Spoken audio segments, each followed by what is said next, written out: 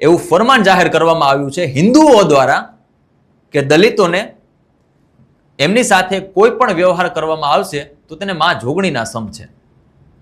અને આનો જે વિડીયો છે એ પણ સોશિયલ મીડિયામાં સામે આવ્યો છે. અમારી પાસે પણ ઘણા બધા વિડીયોઝ આવ્યા છે અને તેમાં જે દુકાનદારો છે એવું કહેતા સંભળાય છે કે અમને કાંઈ વાંધો નથી, પરંતુ ગામ લોકોની સાથે અમારે રહેવું છે, એટલા માટે અમે તમને કોઈ પણ પ્રકારની વસ્તુઓ આપશું નહીં.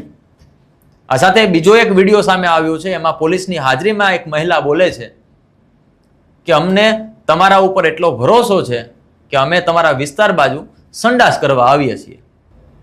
અને માત્ર નેતાઓની પાર્ટીઓની વાત નથી, માત્ર આગેવાનોની વાત નથી, માત્ર કોઈ સમાજની વાત નથી, પરંતુ આ સર્વ સમાજની વાત છે કે આ સમાજમાં રહેતો બહુ ઓછા લોકો હશે જેઓ જાતિવાદમાં માનતા નહીં હોય. જે વ્યક્તિ માનવતામાં માનીને એક વ્યક્તિની રીતે જોતો હોય, પરંતુ મોટા ભાગના લોકો આજે પણ ક્યાંક ને ક્યાંક જાતિવાદનો શિકાર છે. ગામડાઓમાં જાતિવાદ થાય છે એવું નથી હોતું, શહેરોમાં પણ થાય છે, એનું માત્ર રૂપ અલગ હોય છે. દસાડા તાલુકાની જે મેતાસર ગામ છે ત્યાં જે રીતે જાતિવાદ કરવામાં આવી રહ્યો છે, દલિતોનો બહિષ્કાર કરવામાં આવી રહ્યો છે, આ માત્ર એક ઘટના નથી.